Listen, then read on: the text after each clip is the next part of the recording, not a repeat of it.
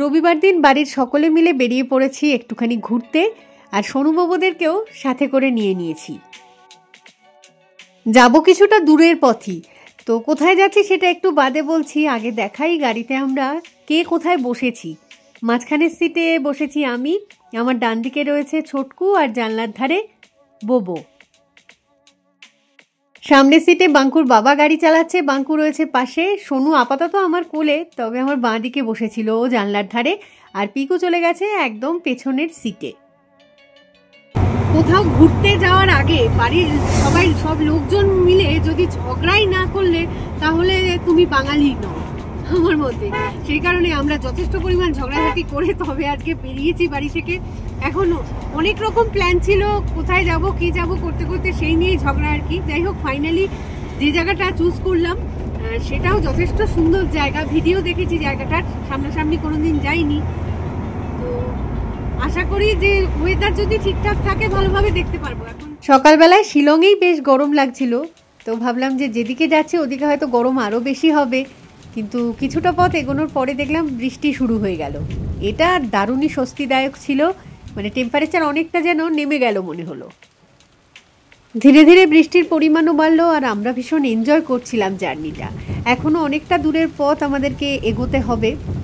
আচ্ছা, এবার বলি আমরা চলেছি কোথায়। আমরা যাচ্ছি পানিমুর ওয়াটারফলস, যার ডিস্টেন্স হচ্ছে শিলং থেকে 163 কিলোমিটার।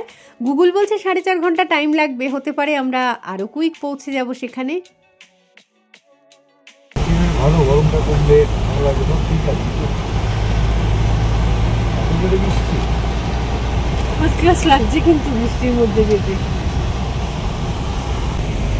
আমরা মনে করি জায়গাটাতে 3টের মধ্যে পৌঁছে গেলাম। ড্যামটা আছে, ড্যামটা দেখা হয়ে গেল। কদিন পানিপুর গেলাম, পৌঁছতে পৌঁছতে আর 1 ঘন্টা, 4 থেকে 5 মিনিট পানিপুর দেখবি। ঠিক আছে, খাওয়া দাওয়া করে 6:30টার সময় আমাদের বেরিয়ে পড়লাম, বাকি 12টার সময় বাড়ি পৌঁছাবো। অন্ধকার হওয়ার আগে আমরা জায়গাগুলো সব কিছু দেখে নিতে পারবো। যদি দেখে নিতে পারি তাহলে তো বেরিয়ে যেতে পারি। আমার আজকে যেটা ইচ্ছে রয়েছে যে উমরাংশ দেখার পরেও আরও 50 কিলোমিটার মতো সামনের দিকে এগোবো, সেখানে পানিমুর বলে একটা ওয়াটারফলস রয়েছে, তো সেটাও দেখব।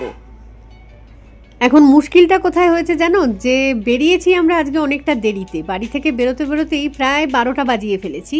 তো তার ফলে এই সব কটা জায়গা দেখার পরে হাতে আর কতটা কি সময় থাকবে জানি না, সন্ধে হয়তো হয়েই যাবে। সেক্ষেত্রে আমরা হয়তো কোনো একটা হোটেল নিয়ে নাইট স্টে করে যাব ওখানে, কাল সকালবেলায় আবার শিলংয়ের দিকে রওনা দেব। আর যদি তাড়াতাড়ি পৌঁছে যেতে পারি তাহলে তো আজকের মধ্যেই পুরোটা কমপ্লিট করে আজকে রাতেই ফিরে আসবো আবার শিলংয়ের বাড়িতে।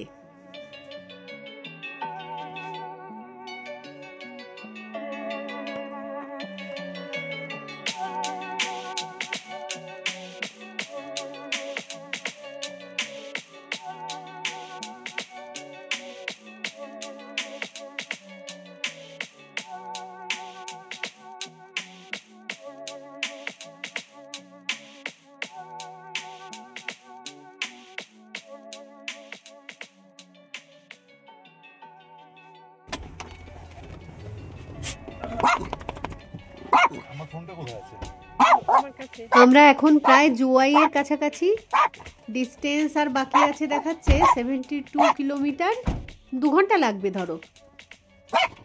রাস্তার পাশেই একটা রেস্টুরেন্ট রয়েছে, তো লাঞ্চ সারা হবে। বাঙ্কুর বাবা আর বাঙ্কু নেমে গেছে, আমার কাছে আমার খাবার রয়েছে, ফলে আমার আর নামার দরকার নেই।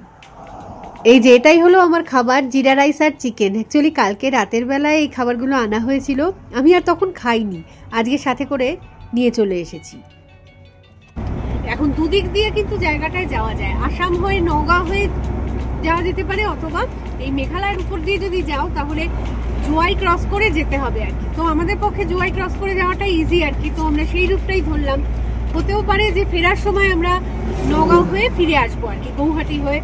তো দেখা যাক ওই দিকের পথে যদি কন্টিনিউ করি, আমার মনে হয় একটুখানি পথ বেশি পড়বে। জুয়াই দিক দিয়ে গেলে রাস্তাও হয়তো ভালোই পাবো, আর তার সাথে মানে সময়টাও মানে ডিস্টেন্সও কিছুটা কমবে।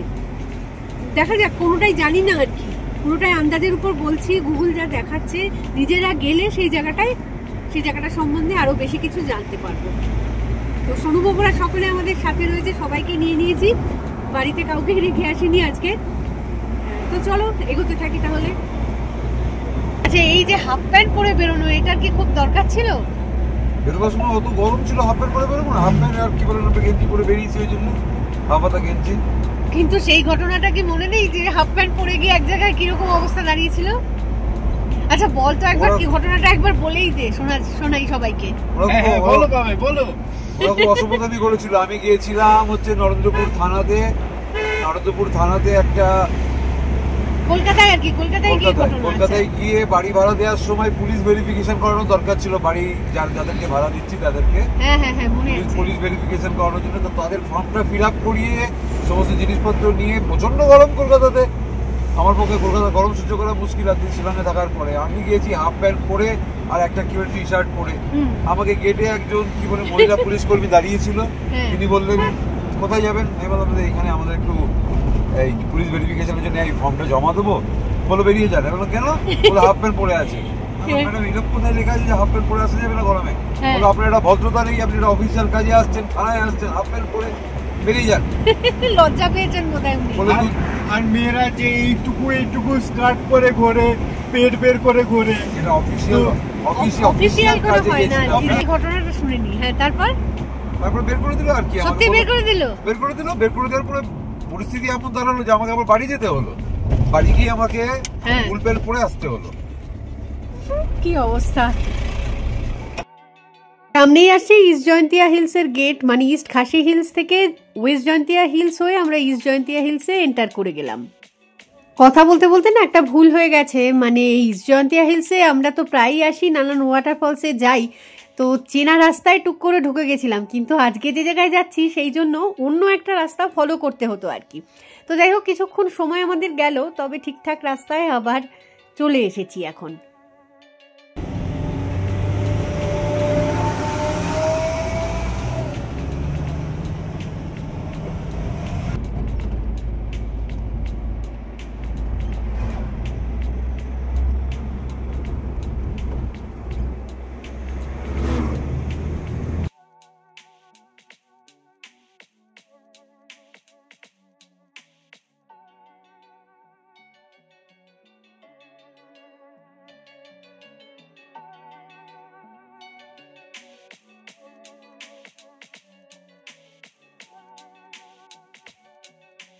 রাস্তাগুলো এদিকের বড়ই তেরা বেঁকা, তবে আমার যেটা মনে হচ্ছে রাস্তার কন্ডিশন কিন্তু খুব একটা এখনো অবধি খারাপ লাগছে না, মানে অতটা ভাঙাচোরাও নয়। তো সেই কারণে বলছি যে যেটা মেন সমস্যা এদিকে সেটা হচ্ছে ট্রাক চলাচল। ট্রাকগুলোকে কেন রাতের বেলায় পাস করায় না কে জানে। দিনের বেলায় নর্মাল গাড়িও যাচ্ছে, তার সাথে ট্রাক যাচ্ছে, মানে অসুবিধা হয়ে যাচ্ছে। ট্রাকগুলো তো এমনি স্লো চলে, তার মধ্যে এরকম বেকাতারা রাস্তা এক একটা টার্নিং এ যা স্লো করে দিচ্ছে, অনেকটা টাইম যাচ্ছে এর জন্য।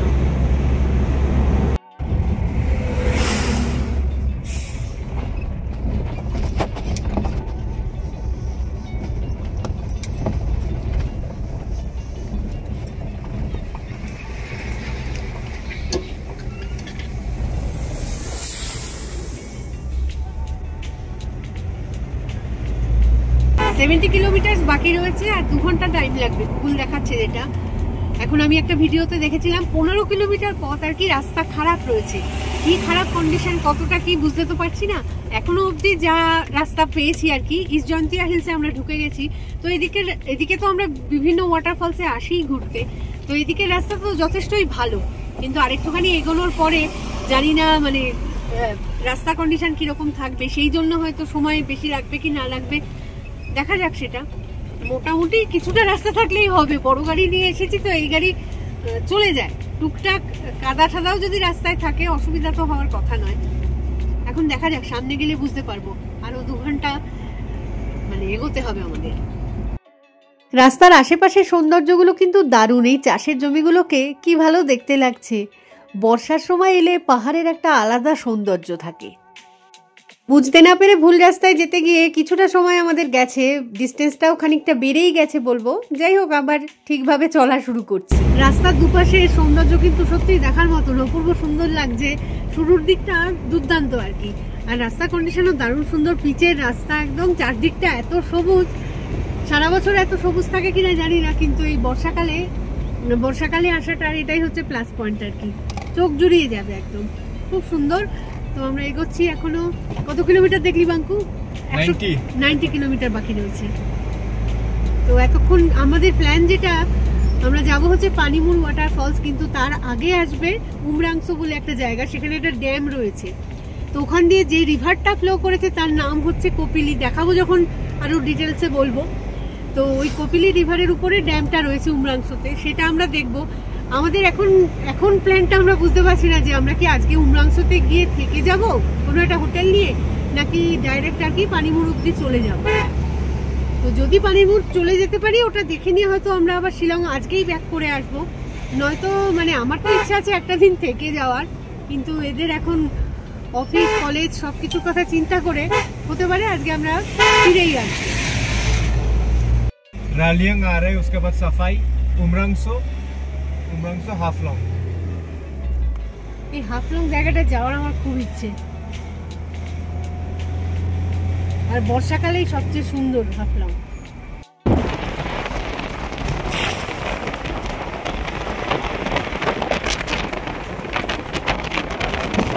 नींद तो कटाता नहीं, नींद तो भगाता नहीं, but just for the taste.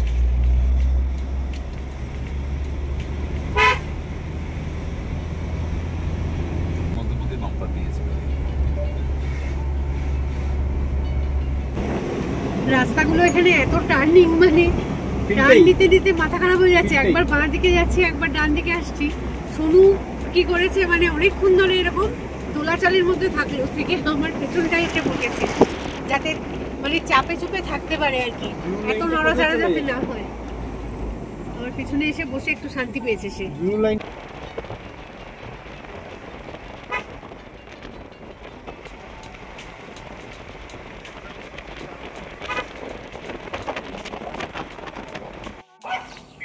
একটা পেট্রোল পাম্পে এসে দাঁড়ালাম, গাড়িতে ডিজেল ভরা হচ্ছে। কি সুন্দর এখানে ফুল ফুটেছে, দেখো ছোট ছোট এরকম হলুদ কতগুলো ফুল, সাদা ফুল, নয়নতারা কত ফুটেছে একদম সাদা হয়ে। এটা আর একটা ফুল, বাহ এটা কি সুন্দর দেখতে লাগছে এই ফুলটাকে, অরেঞ্জ কালারের একদম।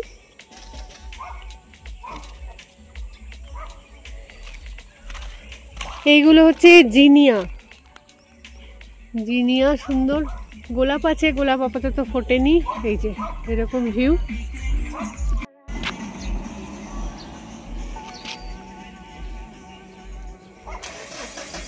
রোড জার্নি যারা পছন্দ করে তাদের জন্য এই জায়গাটা হচ্ছে, এই মানে ট্রিপটা হচ্ছে দ্য বেস্ট বলবো একদম। এত সুন্দর রাস্তা, আশেপাশে যেমন সৌন্দর্য। তো আমরা আবার এগোবো, আমাদের গাড়িতে তেল নেওয়া হয়ে গেছে, চলো গিয়ে বসি ভিতরে আবার। সময়টা তখন দুপুরবেলা, কিন্তু বাইরের ওয়েদারটা ভীষণ সুন্দর, রোদও নেই বৃষ্টিও নেই, অথচ ফুরফুরে একটা হাওয়া দিচ্ছে। আর রাস্তার দুপাশে ছোট ছোট বেশ সুন্দর সুন্দর কিছু গ্রাম পাস করছে আর কি। গ্রামগুলো দারুণ সুন্দর, সাজানো গোছানো, একদম আঁকা ছবির মতো। এখনো আমরা আসামে কিন্তু ঢুকিনি, তার মানে এগুলো সব তো মেঘালয়েরই গ্রাম। শিলং শহর থেকে এতটা দূরে ছোট ছোট গ্রামগুলোতে যেরকম পিচের রাস্তা রয়েছে বা ইলেকট্রিসিটি রয়েছে, এগুলো কিন্তু আমাদের এতটা আইডিয়াও ছিল না।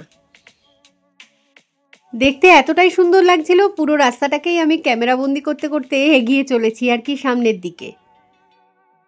এখন যে ভিলেজটার উপর দিয়ে যাচ্ছি তার নাম হচ্ছে সাফা। আমরা আজকে পানিমুর ওয়াটারফলস দেখার আগে উমরাংসো ড্যামটাও দেখব। তো প্রায় বলা যেতে পারে উমরাংসোর কাছাকাছি কিন্তু চলেই এসেছি, আর মাত্র সামান্য একটুখানি পথ।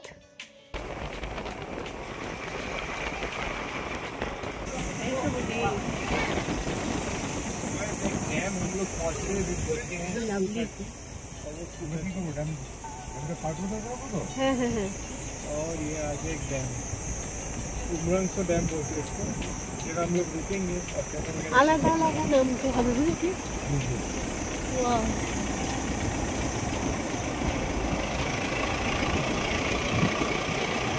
एलिवेशन को दिखा दो आपको राइट साइड। কত লোক। ए से सुंदररा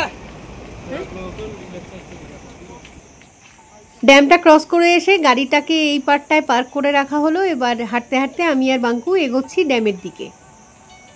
অ্যাকচুয়ালি কি বলতো, আজকে সবাই মিলে একসাথে নামাটা আমাদের মুশকিলজনক, কারণ সোনুবাবুরা রয়েছে গাড়িতে, তো ওর বাবা প্রথমে সোনুবাবুদের সাথেই থাকুক, পরে দেখছি। ব্রিজের উপর টুকটাক অনেক লোকজন দেখতে পাচ্ছি যারা এই ছুটির দিনে আর কি এই জায়গাটার সৌন্দর্যটা উপভোগ করতেই এসেছে। তো ড্যামটা একবার দেখো, নিচে ওই জলের রঙটা অসাধারণ। তো ওই নদীটার নাম হচ্ছে কপিলী নদী, ব্রহ্মপুত্রের উপনদী বলা যেতে পারে এটাকে। আসামেও ফ্লো করছে, মেঘালয়তেও কিছুটা তো আছেই।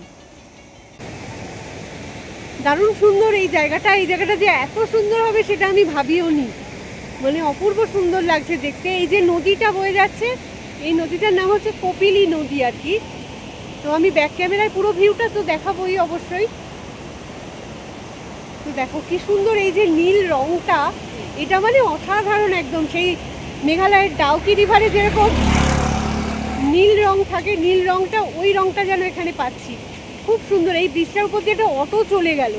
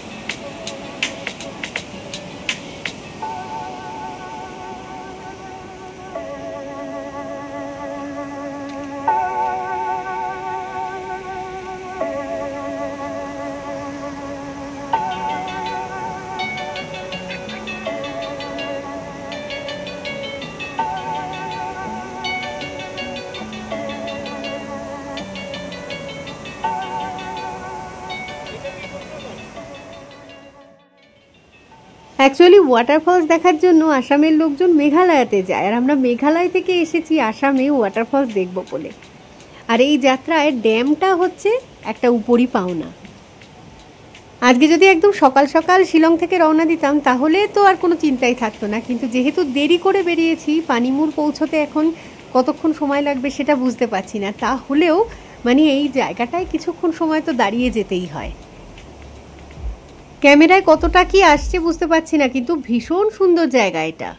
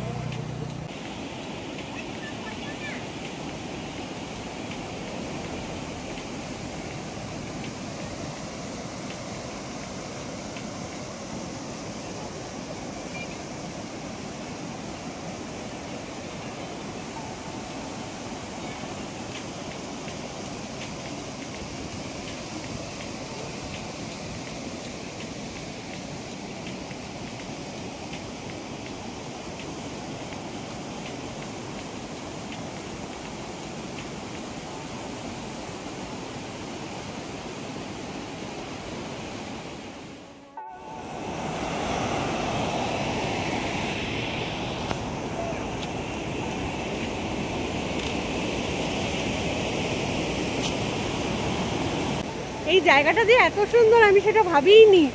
মানে যতটা আর কি ক্যামেরায় তুলতে পারছি, ক্যামেরা বন্দি করতে পারছি, বা যতটা তোমরা বুঝতে পারছো হয়তো, সামনাসামনি দেখতে জায়গাটা আরও অনেক অনেক বেশি সুন্দর। জলের রঙটা মানে অসাধারণ এক কথায়। তো খুব ভালো লাগছে জায়গাটাতে এসে। আজকে রবিবার দিন রীতিমতো জমে গেছে। আর সবচেয়ে বড় কথা হচ্ছে ওয়েদারটা আমাদের মানে সঙ্গ দিয়েছে আর কি।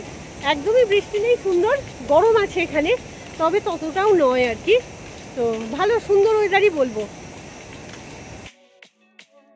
ব্রিজের উপর দিয়ে অনেকগুলো অটোকে যেতে দেখলাম, তো বুঝতে পারলাম যে এখানে অটোর খুব চল আছে আর কি।